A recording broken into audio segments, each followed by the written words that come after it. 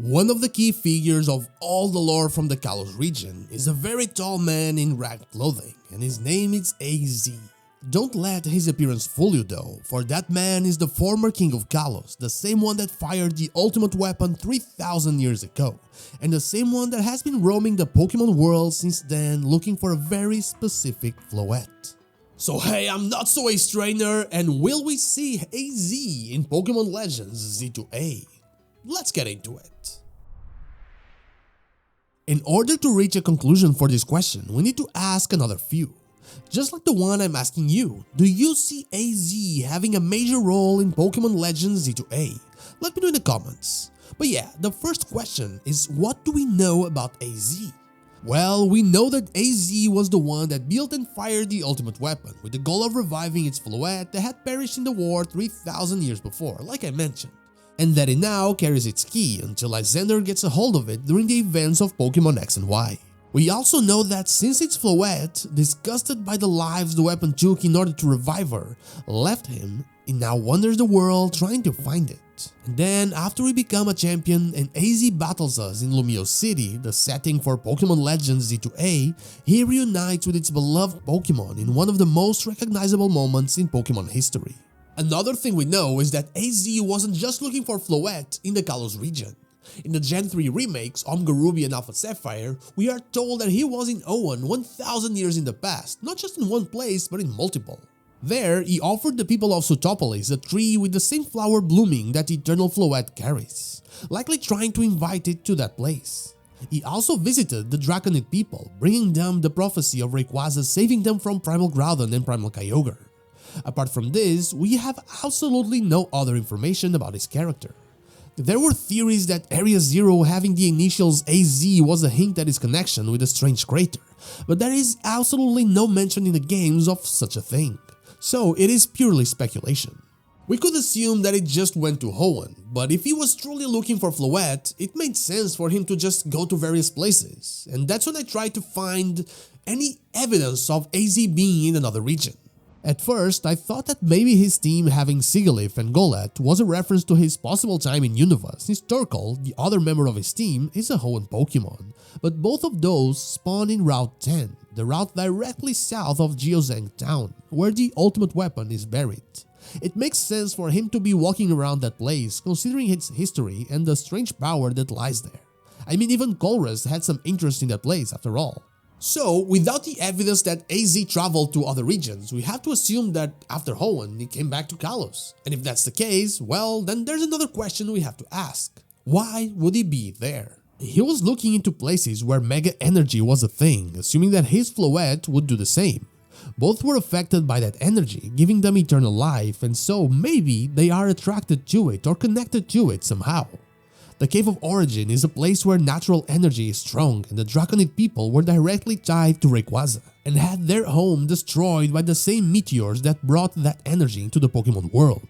The reason he could be part of the Pokemon Legends Z-A main plot in a major way would be because of Mega Evolution's presence in the game. One of the few confirmed things actually. Still, considering Zygarde appears to be the apparent focus of this game, I feel like that will be the mysterious character, or Pokemon in this case, that will get the spotlight. And so, I feel like AZ will not play a major role in the plot of Pokémon Legends Z-A. While yes, it was important to the plot of X and Y, vital to the final points actually, it was also a bit of a secondary one for the most part, a character that maybe they still want to keep a mystery. I'm using Pokémon Legends Arceus as a guideline for this, and while we did play through some Legends of Sinnoh, it wasn't in any way connected to anything that we see in the modern games. Sure, we saw how the Spear Pillar became what it is nowadays, but that was it. We did see Jubilife Village growing, but nothing much. The legends of the origin forms and all that, they do not tie at all to modern Sinnoh folklore, they're just gone. They are a new plot, a new focus point that we never even thought about in Pokemon Diamond, Pearl or Platinum. I think that yeah, the game was always meant to be a nostalgia injection for the region in question, in that case Sinnoh, but while telling us a completely new story. And that fits perfectly with Pokémon Legends Z-A, since none of us has ever heard of Lumio City having a redevelopment plan happening.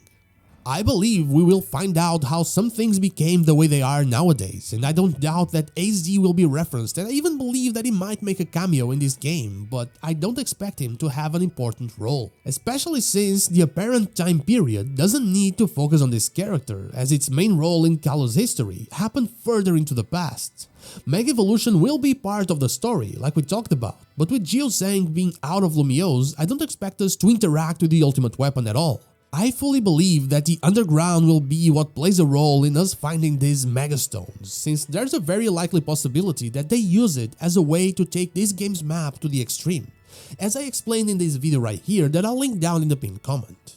But AZ was simply walking through Kalos when we found him, just aimlessly roaming the Gen 6 region in front of everyone.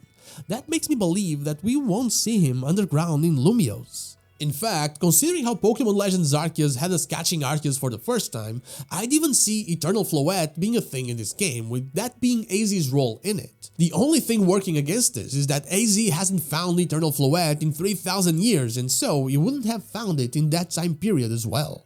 So, considering the AZ lore we know about, the fact that the previous game didn't show us much of modern Sinnoh Mysteries but instead created its own plot and raised its own questions, and the fact that the game is locked to the city of Lumiose and its likely underground lair, preventing us from checking other parts of Kalos, including the Pakfum Palace for example, I cannot see AZ being a key part of our adventure directly. One or two prophecies like it did with the Draconid people, a bunch of references to the 3000-year-old war and the tall man that roams the land, but that's about it.